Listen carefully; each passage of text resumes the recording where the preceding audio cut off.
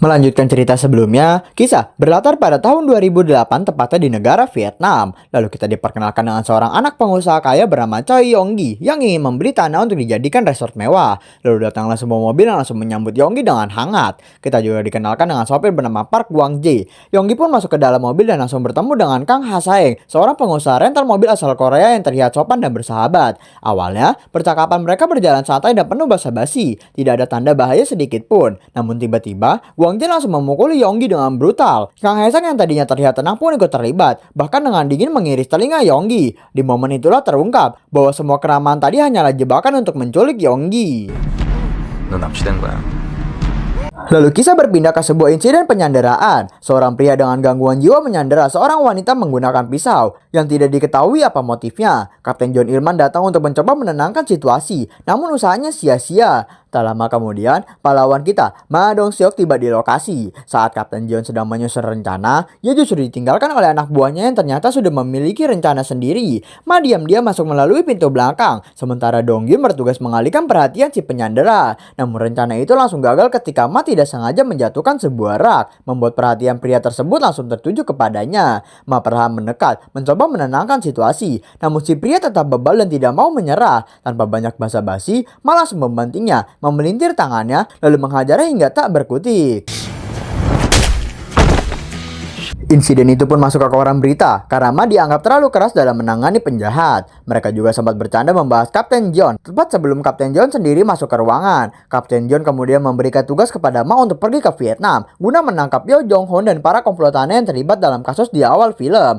Anehnya, Jong Hoon justru menyerahkan diri tanpa alasan yang jelas, sehingga Ma diperintahkan untuk menjemputnya langsung. Situasi kembali menjadi kacau ketika para anak buah Ma berebut ingin ikut ke luar negeri. Dan pada akhirnya, Kapten John sendiri yang menawarkan diri untuk menemani Ma, meskipun kemampuan bahasa Inggrisnya sangat terbatas. 됐어? 아, 영어. Terbanglah mereka ke Vietnam, namun setibanya di sana, mereka langsung ditahan oleh petugas imigrasi karena tidak bisa berbahasa Inggris. Ma mencoba membujuk dengan bahasa Korea, bahkan sedikit mengumpat. Tanpa sadar, petugas tersebut ternyata memahami bahasa Korea. Situasi pun menjadi tanggung, dan tak lama kemudian, mereka dijemput oleh seorang konsultan Korea bernama Park Chang-so. Chang-so membawa mereka ke sebuah kedai makan. Di sana, Ma melihat sekelompok preman Korea membawa sabu-sabu dan langsung ingin menangkap mereka. Namun Kapten John segera melarangnya karena mereka tidak memiliki izin operasi di Vietnam. Kemudian diperlihatkan juga informan dari film sebelumnya yang kini bekerja sebagai sales karaoke Korea. Ia memberitahu bahwa gangster di Vietnam tidak main-main. Mereka banyak memegang senjata api dan golok besar. Ma dan Kapten John lalu dibawa ke kantor konsultan Korea. Di sana, Ma melihat banyak laporan turis Korea yang hilang secara misterius. Chang-so juga menyerahkan berkas pengembalian Yo Jong Hoon yang disebut menyerahkan diri karena merasa bersalah. Mendengar itu, Ma dan Kapten John justru tertawa karena merasa ada yang tidak beres. Mereka kemudian menginterogasi Jong Hoon yang terlihat sangat kelaparan. Saat ditanya alasan menyerahkan diri, Jong Hoon hanya menjawab bahwa ia menyesal dan ingin sisa hukumannya dijalani di Korea. Mendengar jawaban yang sama berulang kali, Ma meminta Kapten John membuka ruang kejujuran dan menutup kamera CCTV. Ma mulai menekannya karena terus memberikan jawaban yang sama. Akhirnya, Jong Hoon terpaksa memberi informasi tentang Lee Jong-du. Namun informasi itu masih tidak jelas, sehingga Ma kembali menekannya. Jong Hoon terus memberikan fakta yang tidak konsisten, membuat Ma semakin keras dalam interogasi. Hingga pada akhirnya, ia benar-benar memberikan lokasi Jong-du. Mereka pun pergi ke lokasi tempat Jong-du tinggal. Setibanya di sana, pintu dalam keadaan terkunci. Ma mencoba membukanya, namun justru merusak pintu tersebut. Saat berhasil masuk, mereka menemukan Jong-du yang sudah dalam kondisi babak belur dan tak bernyawa. Ma kembali menemui Jong Hoon yang lagi-lagi memberikan informasi palsu kepadanya. Beruntung, Chang-so segera menghentikan Ma yang sudah ingin menghajarnya lagi. Ma bahkan sempat mengusir Jong Hoon karena terus memberikan informasi yang tidak benar. Namun Jong Hoon justru mengumpat, yang membuatnya kembali ditekan, hingga akhirnya ia benar-benar buka suara. Jong Hoon mulai menceritakan tentang Kang Haesang. Saat menculik Yonggi, kelompok Jong Hoon dan kelompok Haesang sempat bertengkar karena perbedaan pendapat. Keributan itu memberi celah bagi Yonggi untuk melarikan diri. Kelompok Jong Hoon mengejarnya dengan susah payah, hingga akhirnya berhasil menangkapnya kembali. Yonggi lalu mengungkap bahwa di apartemennya terdapat uang dan beberapa batang emas. Namun setelah mendapatkan informasi tersebut, Kang justru membunuh Yonggi dengan brutal dan Gwang Jae yang juga membunuh salah satu rekan Jong Hoon. Mayat Yonggi dan rekan Jong Hoon kemudian dikuburkan, sementara Gwang Jae berhasil mengambil uang dan emas tersebut. Tetapi Kang masih belum puas, ia kembali membuka kantung mayat Yonggi dan memutilasi tangannya untuk dikirim kepada ayahnya sebagai ancaman tebusan. Setelah uang tebusan dibayar, Jong Hoon memilih kabur dari Kang. Dalam beberapa hari, ia merasa seperti diikuti oleh seseorang. 죄송합니다. Sementara itu di Korea, Hong Sek dihubungi oleh Ma untuk mencari informasi tentang Kang Hae-sang. Tak lama kemudian, Kapten John datang membawa kabar bahwa surat penangkapan resmi baru akan diberikan dalam waktu 1 bulan. Karena tidak punya banyak waktu lagi, Ma dan Kapten John mendatangi lokasi tempat Kang mengubur para korbannya. Ma langsung menerobos masuk dan meminta Kapten John serta Chang So untuk menggali. Mereka pun menemukan beberapa kantung mayat yang dikubur di lokasi berbeda. Polisi Vietnam dan para reporter segera berdatangan ke tempat itu. Ma lalu menghubungi informannya untuk menanyakan keberadaan Kang. Ternyata bukan hanya Ma yang sedang mencarinya. Sebuah geng Korea yang dipimpin oleh Raku juga sedang memburu Kang. Dan tak lama kemudian, kepala kepolisian Vietnam datang dan memarahi Ma karena bertindak seenaknya di negara orang. 따라와. Kemudian kita diperkenalkan dengan para mafia yang bekerja sama dengan anggota geng Raku untuk mencari Kang. Saat itu, mereka tengah mengunjungi lokasi tempat Kang menyimpan uangnya. Di sisi lain, Ma mendatangi markas perjudian ilegal milik orang Korea yang berada di Vietnam. Tempat tersebut ternyata adalah markas geng Raku. Sesampainya di sana, Ma sempat dihadang oleh salah satu anggota mereka. Dan tanpa banyak bicara, Ma langsung menghajarnya. Insiden itu memicu pertarungan besar di dalam markas.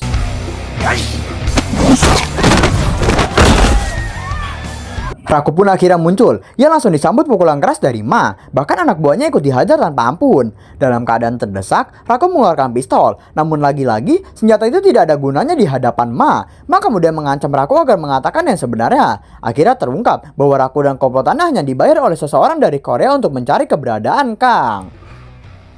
저기 까불이가 안 나있습니다.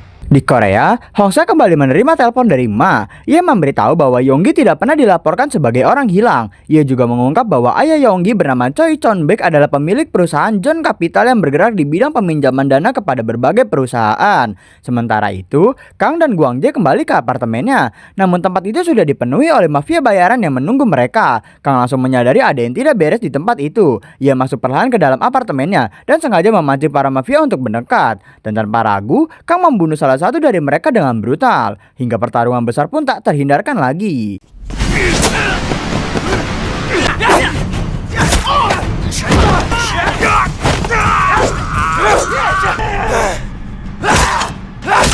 Kang dan Guang Jae berhasil menghabisi para mafia tersebut. Namun, Kang sangat kesal karena seluruh uangnya telah diambil. Ia kemudian menghubungi Chon-baek yang ternyata adalah dalang di balik penyewaan para mafia itu untuk merebut kembali uangnya. Kang bahkan mengancam akan kembali ke Korea hanya untuk membunuh Chon-baek. Tak lama kemudian, Ma dan Kapten John tiba di lokasi dan disambut pemandangan penuh darah serta mayat yang berserakan. Mereka mulai menginvestigasi tempat itu. Namun secara tiba-tiba, Kang yang ternyata masih berada di sana menyerang. Kapten John terkena bacokan, membuat Ma terpaksa melawan Kang dan Guang Jae seorang diri. 칼레르다.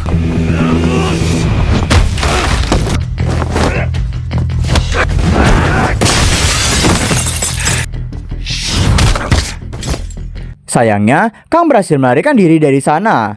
Ma dan Kapten John kemudian dibawa ke rumah sakit di bawah pengawasan polisi setempat. Ma menjaga Kapten John yang terus merengek kesakitan akibat lukanya. Tak lama kemudian, Hong Sek kembali menghubungi Ma dan mengungkap bahwa kasus penculikan serupa ternyata terjadi di berbagai negara, termasuk di Asia Tenggara, dengan metode yang sama seperti yang dilakukan Kang. Chang So masuk dan memarahi mereka karena kembali bertindak sembrono. Namun Ma membisikkan sesuatu kepadanya. Tiba-tiba, Chang So berteriak bahwa Ma mencoba kabur. Ternyata, Ma diam-diam pergi menemui Guang Jae yang sudah tidak berdaya untuk meminta informasi tentang keberadaan Kang. Namun Guang Jae tetap bungkam. Setelah itu, terjadi keributan besar karena Ma dan Kapten John dipaksa untuk segera kembali ke Korea. Anehnya, Ma malah setuju karena ia tahu Kang sudah kembali ke Korea untuk memburu Chon-baek.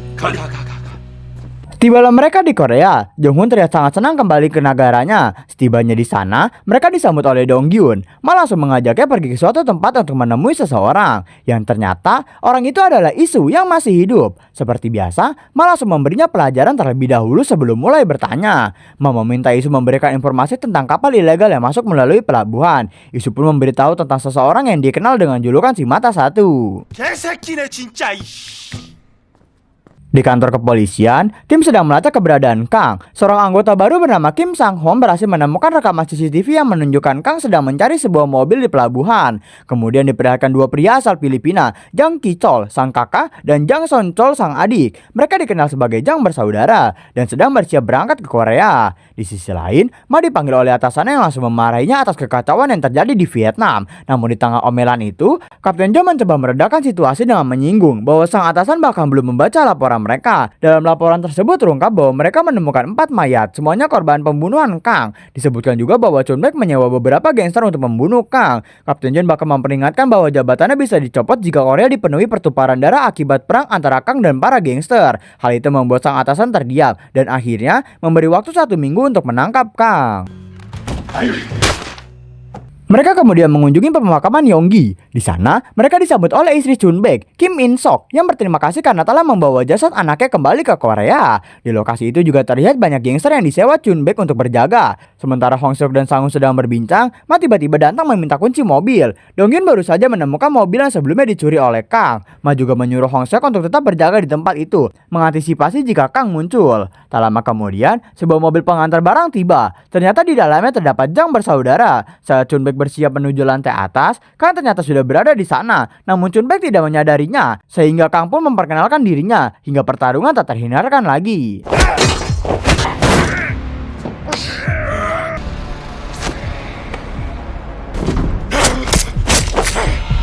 Di lantai bawah, Jang bersaudara mulai membantai para gangster bayaran yang disewa Chun Baek. Terungkap bahwa Kang dan Jang bersaudara bekerja sama untuk menculik Chun Baek. Sang Hun yang melihat kejadian itu segera memberitahu Hong Seok untuk mengejar mobil mereka. Namun meski sudah berusaha keras, mereka tetap berhasil melarikan diri. Mereka kini dikirimi video penyiksaan yang dilakukan oleh Kang terhadap Chun Baek dengan memotong salah satu jarinya. Mereka juga diperlihatkan seluruh kasus Jang bersaudara dari perampokan hingga pembunuhan. Hingga Nyonya Kim In Sok menawari diri untuk dijadikan tumbal agar memancing Kang keluar. Mereka akan memancing Kang dengan melakukan pertukaran. Dan seketika, telepon berdering dari Kang yang meminta agar uangnya ditransfer saja. Namun, Kim In Sok dengan kepintarannya mulai memainkan emosi dirinya sendiri. Ia bahkan mengabaikan ancaman Kang yang akan membunuh Chun Baek dengan membalikan fakta bahwa tidak ada seorang pun yang akan dapat uangnya jika Kang membunuh Chun Baek. Akhirnya disepakati bahwa uang sebesar 2 juta dolar akan diberikan secara tunai. Ma juga meminta agar Kang menyediakan seorang supir untuk Kim In Sok, dan permintaan itu langsung disetujui oleh Kang. Kini mereka kebingungan menentukan siapa yang akan menjadi supir. Sampai akhirnya Ma teringat pada satu nama, yaitu Isu. Saat ini Isu sedang sibuk menipu seorang klien yang datang untuk konsultasi. Namun Ma tiba-tiba muncul dan langsung menggagalkan aksi penipuan tersebut. 운전 좀 해야 돼. 따라와. 아니요, 일로 와. Di sisi lain, sang adik menghubungi si mata satu untuk meminta kapal menuju Tiongkok keesokan harinya. Mereka juga menyusun rencana untuk membawa Nyonya Kim In Sok berputar-putar terlebih dahulu, lalu menjatuhkan uang di titik yang sudah ditentukan. Sementara itu, para polisi sudah bersiap di posisinya masing-masing. Nyonya Kim In Sok dan Isu juga telah bersiap, diawasi langsung oleh Jang bersaudara. Di dalam mobil, Isu tampak sangat tergoda dengan koper berisi uang tersebut. Operasi pun mulai berjalan. Polisi bergerak sesuai rencana. Sementara Jang bersaudara terus membuntuti mobil Nyonya Kim In Sok dari belakang. Di sisi lain, Donghyun mencari gedung kosong yang diduga menjadi tempat Kang menyekap Chun Baek. Hong Seok memposisikan mobilnya berdampingan dengan mobil Jang bersaudara sambil terus memberi kabar kepada tim. Tiba-tiba, Nyonya Kim In Sok kembali ditelepon oleh Kang yang meminta mereka berputar arah. Isu menuruti permintaan itu, membuat polisi terpaksa melepas kawalan dan menggantinya dengan tim lain agar tidak terlalu mencolok. Namun Kang kembali memaksa mereka berputar arah sekali lagi untuk memastikan tidak ada polisi yang mengikuti. Bahkan Kang sempat melihat kedatangan Donghyun di sekitar lokasinya. Semua mulai stres karena terus dipermainkan. Kapten John akhirnya mengusulkan untuk menangkap Jang bersaudara terlebih dahulu.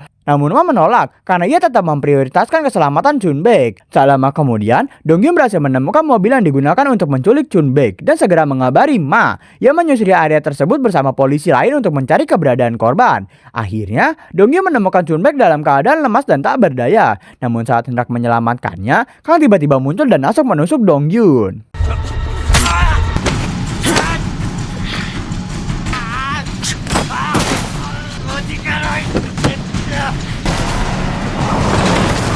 Kang pun melarikan diri menggunakan mobilnya. Kapten John hampir berpapasan dengannya di jalan, tetapi tidak menyadarinya. Tak lama kemudian, tibalah Kapten John di lokasi dan segera membantu Chun Baek serta Donghyun yang kesakitan. Kang kemudian menelpon Jang bersaudara untuk membatalkan misi tersebut. Namun menurut Jang bersaudara, Kang hanya ingin mengambil seluruh keuntungan untuk dirinya sendiri. Karena itu, mereka memutuskan untuk bertindak berdua tanpa Kang. Ma pun mengubah seluruh rencananya dan memutuskan untuk langsung menangkap Jang bersaudara. Ia menelepon Isu yang memberi kabar bahwa Chun Baek sudah berhasil ditemukan. Meski begitu, Ma tetap meminta Isu untuk melanjutkan misinya. Jang bersaudara kemudian memutuskan untuk menghentikan mobil yang dikendarai Isu. Namun dengan sigap, Isu langsung melarikan diri hingga memasuki area basement sebuah mall.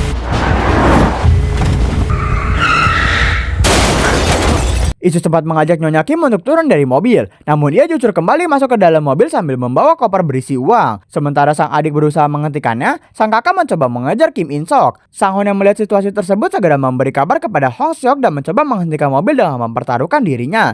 Namun, Isu tiba-tiba mengerem mendadak membuat sang adik terpental. Di saat yang sama, Ma akhirnya tiba di lokasi. Sang Hon kini mencoba melawan si adik seorang diri, hingga akhirnya Hong Seok datang membantu. Terlihat jelas bahwa Hong Seok sudah jauh lebih berkembang dalam adu pukul dibanding sebelumnya. Bersama-sama, Sang Hon dan Hong Seok akhirnya berhasil mengalahkan si adik dan menangkapnya. Di sisi lain, sang kakak berusaha mengejar Nyonya Kim In Sok. Ma yang mendengar keributan langsung menuju sumber suara tersebut. Sementara itu, si kakak sudah berhasil mendapatkan Nyonya Kim In Sok. Namun beruntung, Ma datang tepat waktu dan langsung memberi sang kakak pelajaran keras.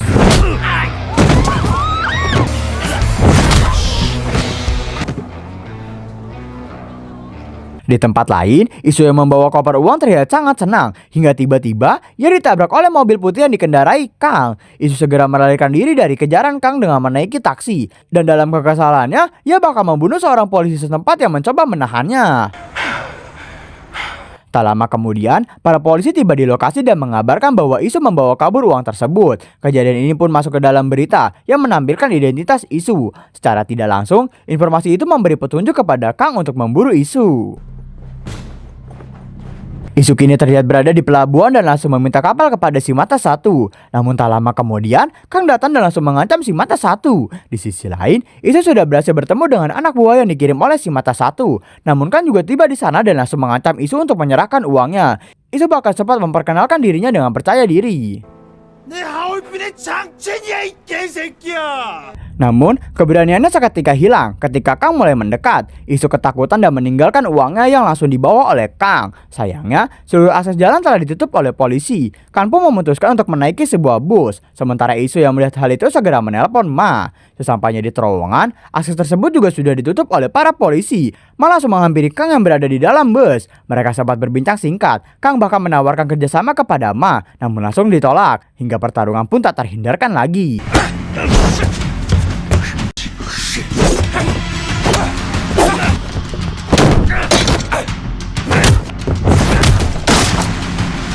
Ma benar-benar tidak memberi ampun. Kang yang terkenal brutal pun dibuat kewalahan. Ma menendangnya hingga terlempar keluar. Namun Kang masih mampu berdiri. Meski begitu, Ma terus menghajarnya tanpa henti. Hingga akhirnya Kang benar-benar tak berdaya lagi.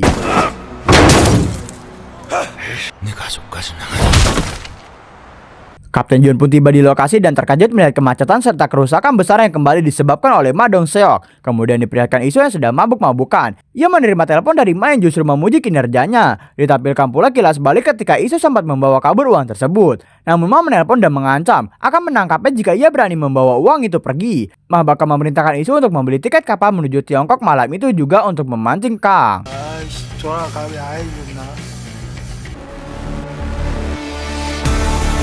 Film pun ditutup dengan berita penemuan mayat di Vietnam setelah Sang Hon yang menerima penghargaan atas kontribusinya dalam kasus tersebut. Para polisi akhirnya berkumpul dan minum bersama untuk merayakan keberhasilan misi mereka.